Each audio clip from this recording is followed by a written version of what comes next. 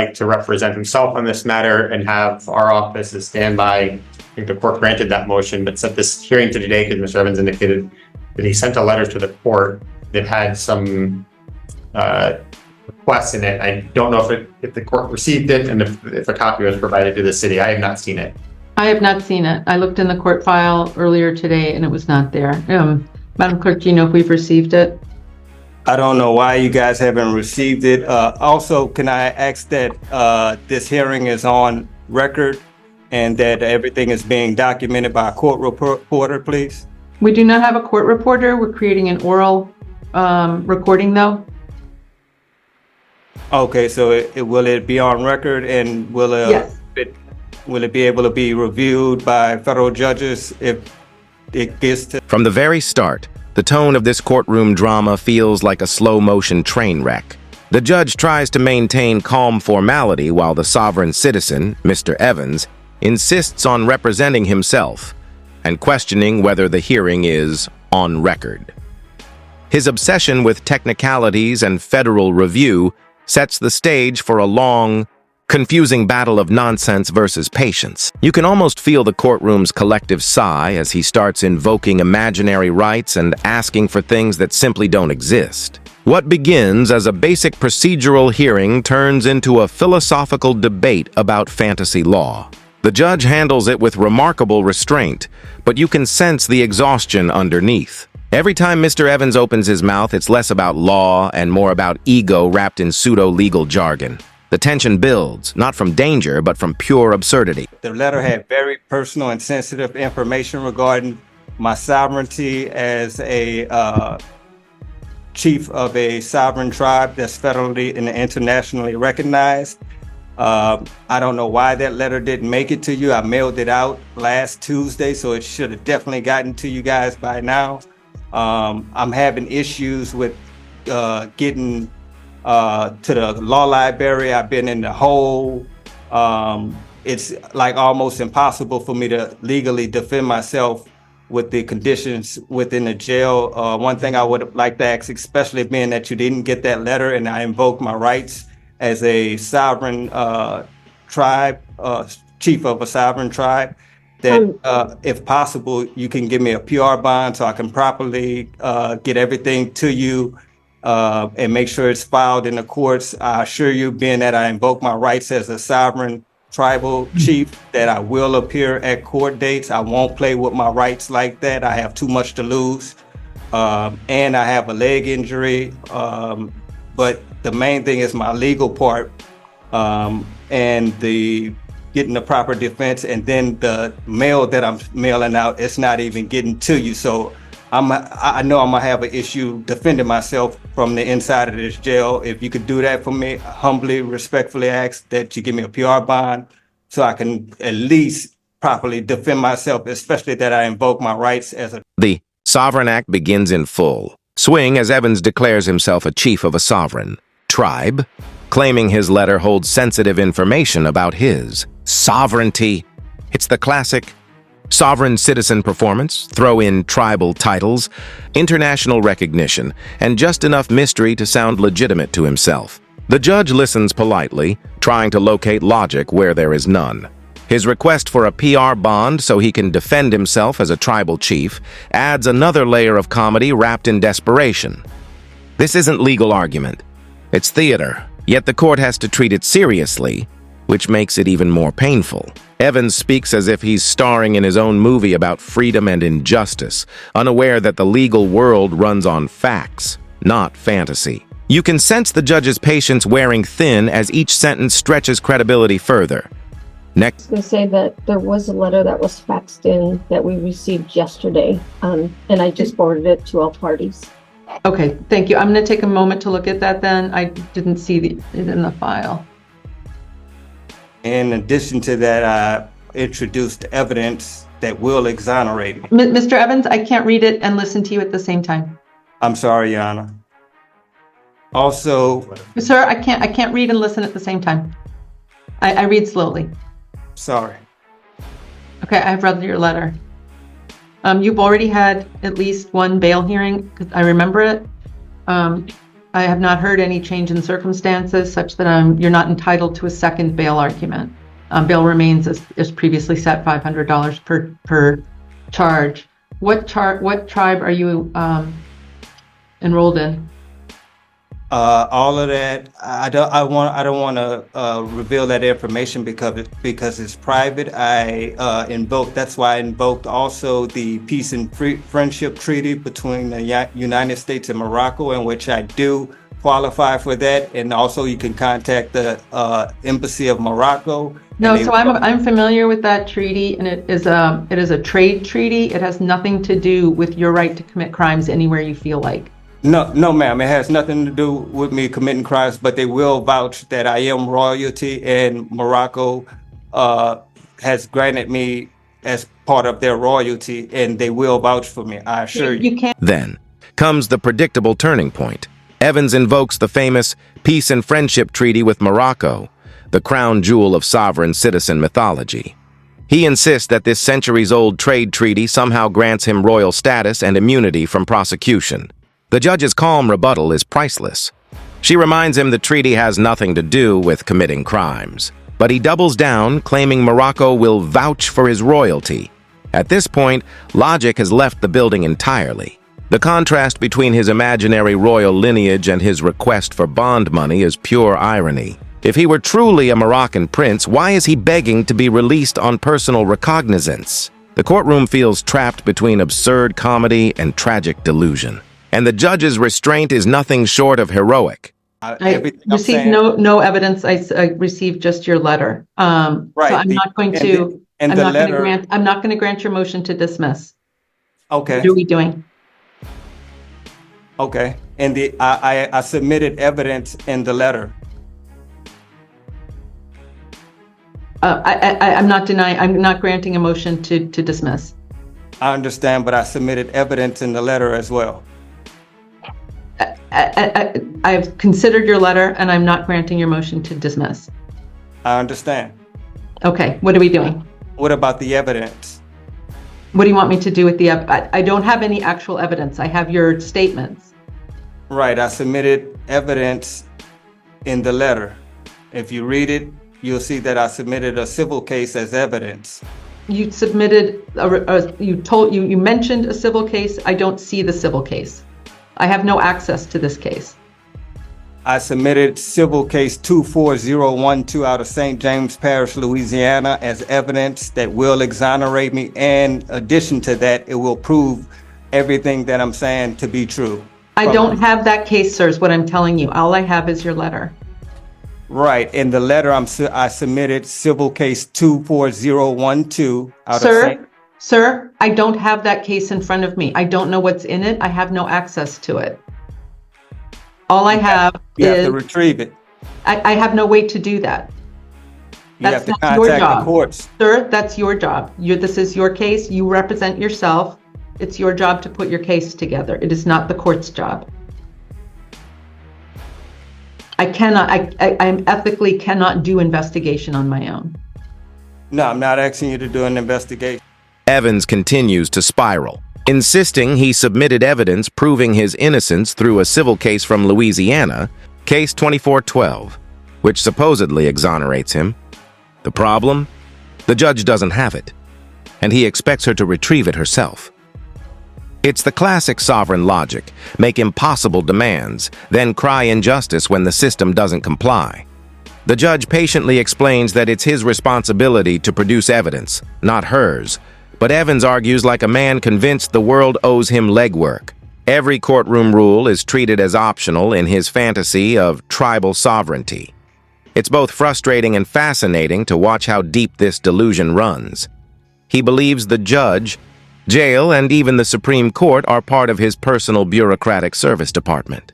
The entire exchange is like watching bureaucracy battle imagination, and imagination refuses to lose. Retrieve something. That's an investigation.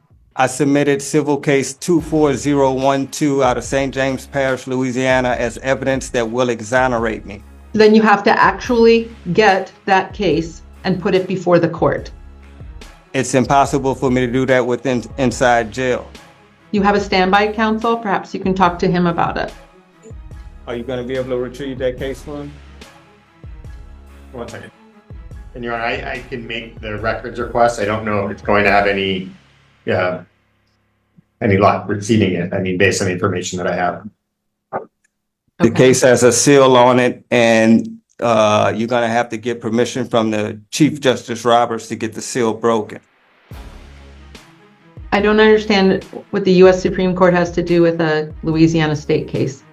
Because it holds my rights, as my constitutional rights and privileges as a chief of a federally and internationally recognized tribal chief, in which I represent a sovereign state. Okay, so what are we doing today?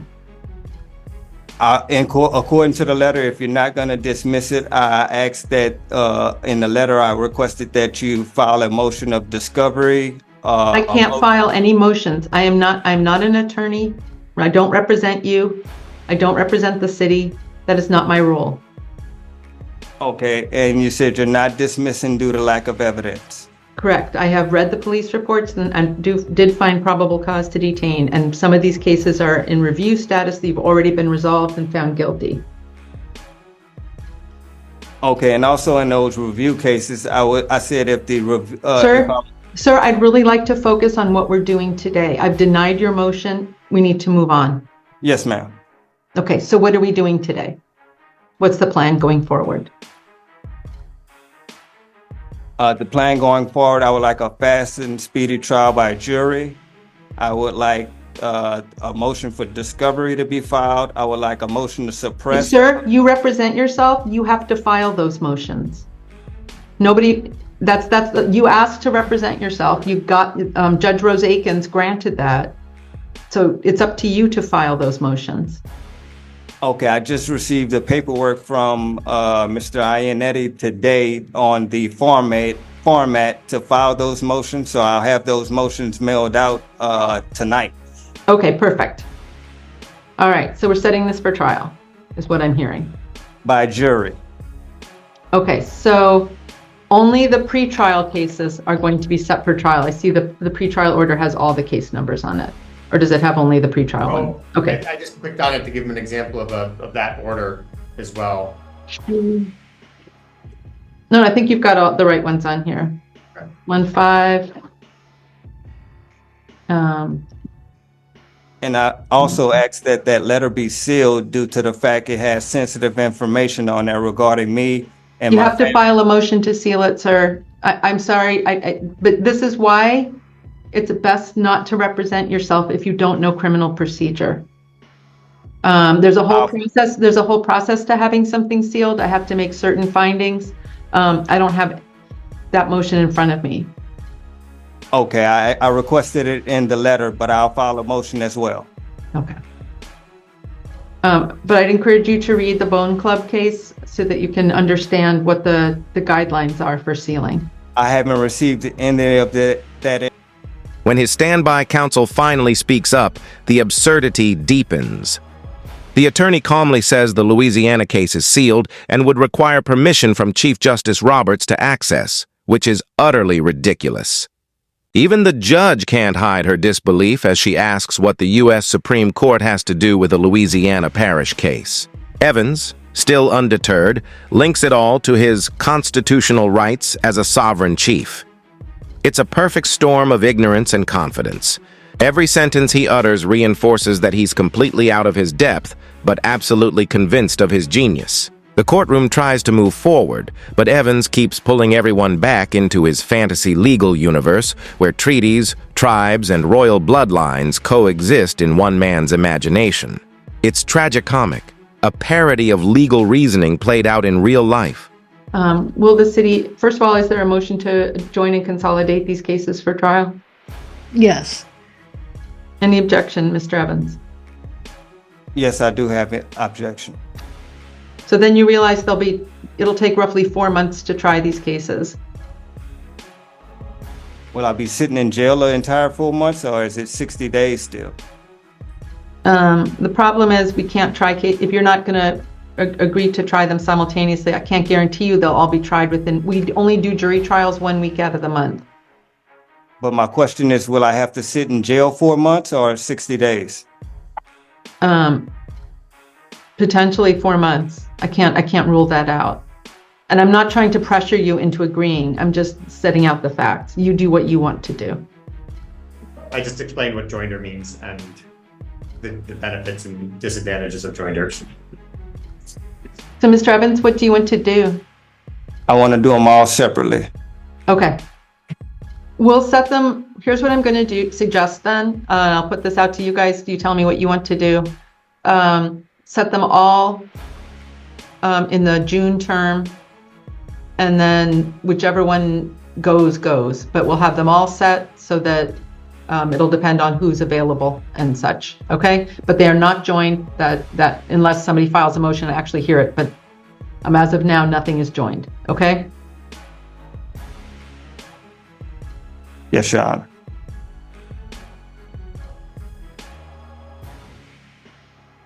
So the readiness hearing will be on June 12th.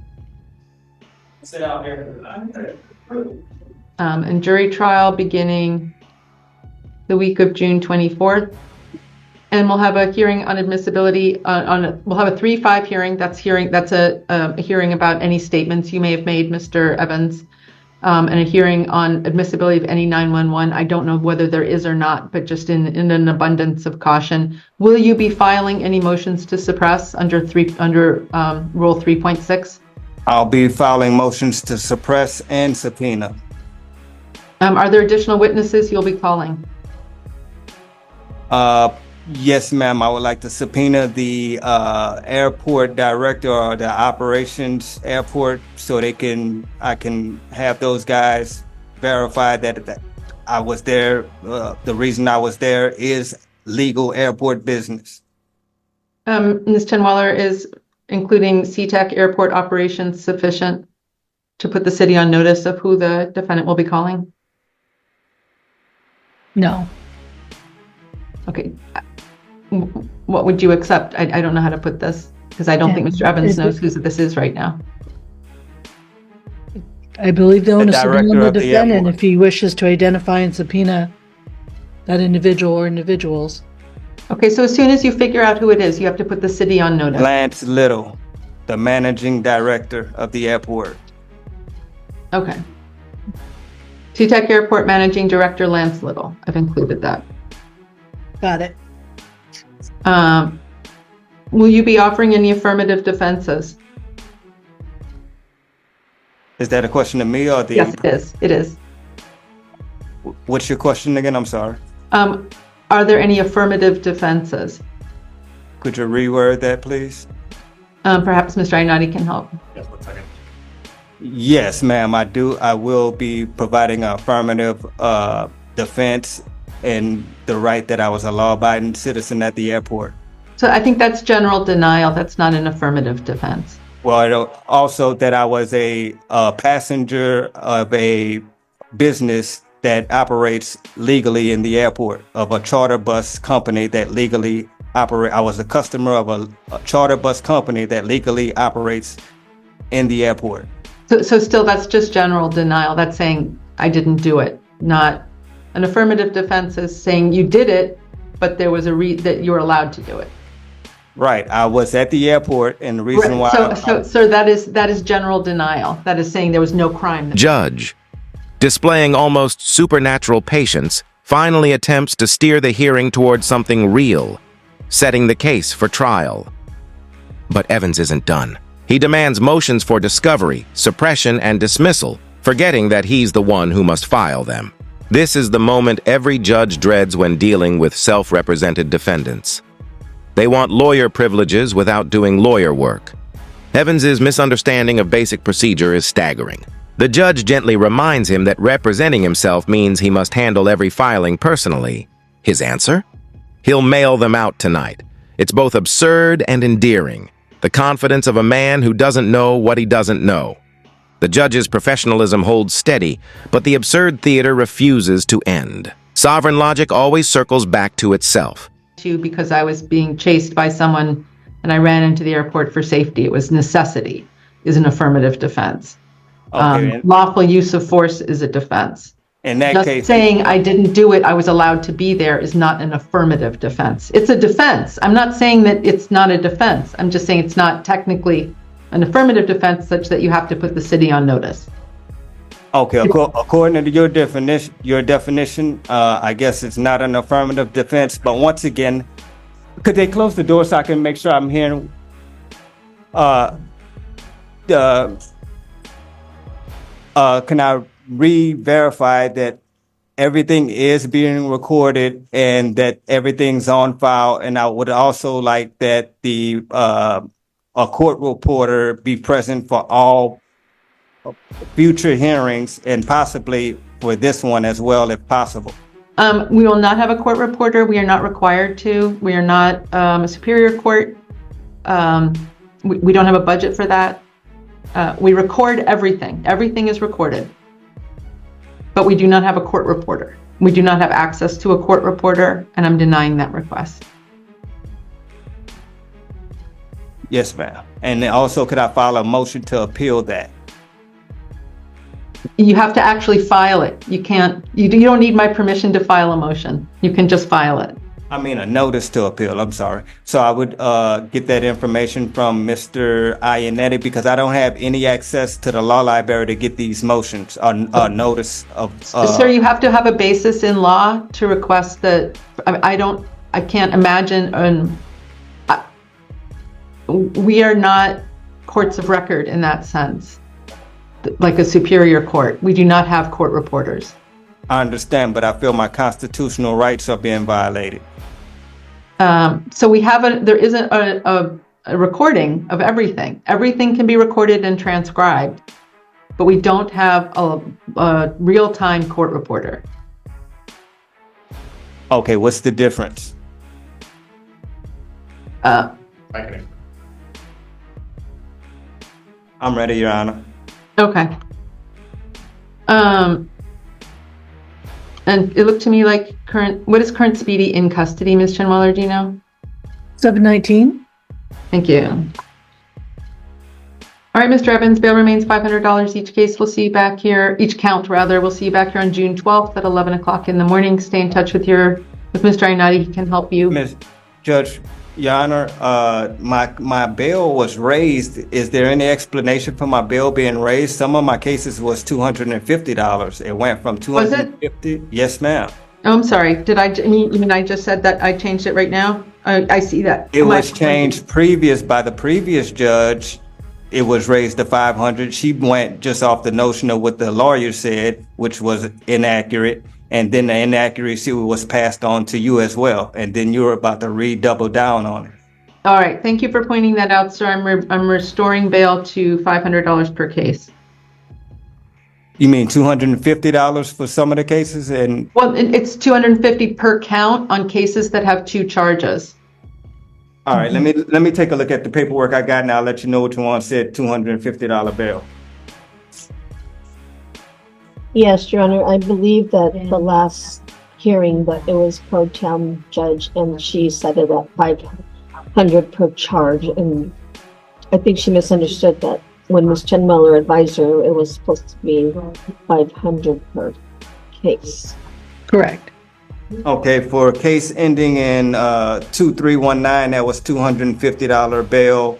No, see, there are 2 counts. Look down below it. There are 2 counts. There's 1 count of criminal trespass in the 1st degree and 1 count of making a false statement. Both of them are $250. It's 1 case. Okay, so you combine the 2 charges and it comes up to 500. I got it. Correct. So it's 500 per case, but I'm restoring it to that. I believe there was a Scribner's error in the last order. And I thank you for correcting me, Mr. Evans, or pointing that out. So it is now, so on the case, and similarly, the case ending in 525, that's the last case. There are 2 charges on that case as well, and it's $250 each charge. When Evans requests that his letter be sealed because it contains sensitive information, the judge explains, again, that a motion must be filed and specific legal standards must be met. Her patience is saint-like. He insists he already requested it in the letter, proving yet again he has no grasp of legal formality. The judge even suggests he read case law about sealing documents, and he responds by complaining that he has no access to a law library. It's pure tragic irony. He wants to play lawyer but can't even reach the tools real lawyers use. The scene captures the essence of sovereign citizen logic. Demand recognition of imaginary rights while ignoring the very real ones you actually have. The courtroom air grows heavier with every circular argument. But the judge refuses to lose composure.